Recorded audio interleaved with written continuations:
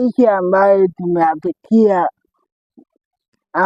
tumeyapitia nyuma ni funzo kwetu, lakini kama tumeyapa nafasi ya kuwa funzo, kwa sababu saa zingine tunaambiwa kwa maisha ambayo tunayo sasa hivi ni funzo ya kesho yetu.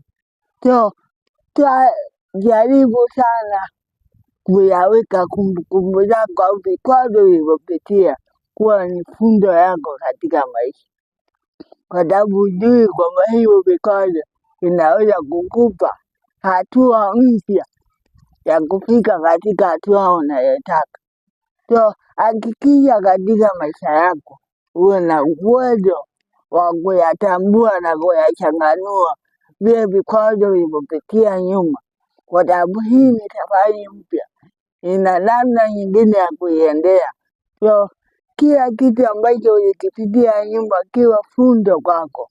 Usijaribu kuiona kwamba vile ulipitia ni mwisho wako na kuona kama hukustahili kupata nafasi nyingine tena. Isikudanganye hali ulionayo, isikudanganye hali ambayo ulipitia nyuma, isikudanganye, kwa sababu kila ambacho unakipitia sasa hivi nyuma ulikuwa na uwezo wa kustahimili.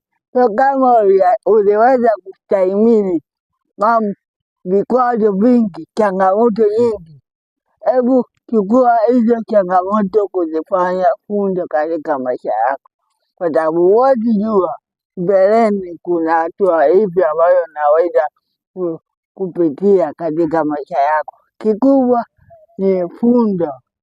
Hebu jaribu kuviweka vile ulivyopitia kwa funzo katika maisha yako.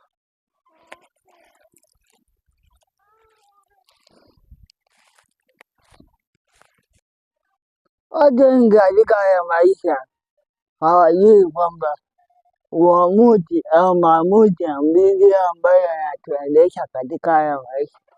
Ukikosea kuamua, umekosea hatima yako.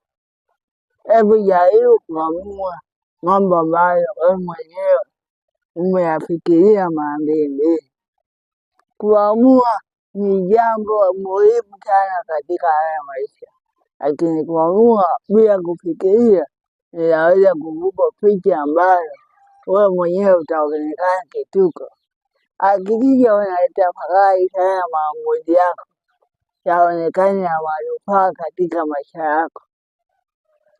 Hakikisha maamuzi ambayo unaamua yanakupa faida katika maisha yako, yasikupe hasara katika maisha yako, kwa sababu usipoweza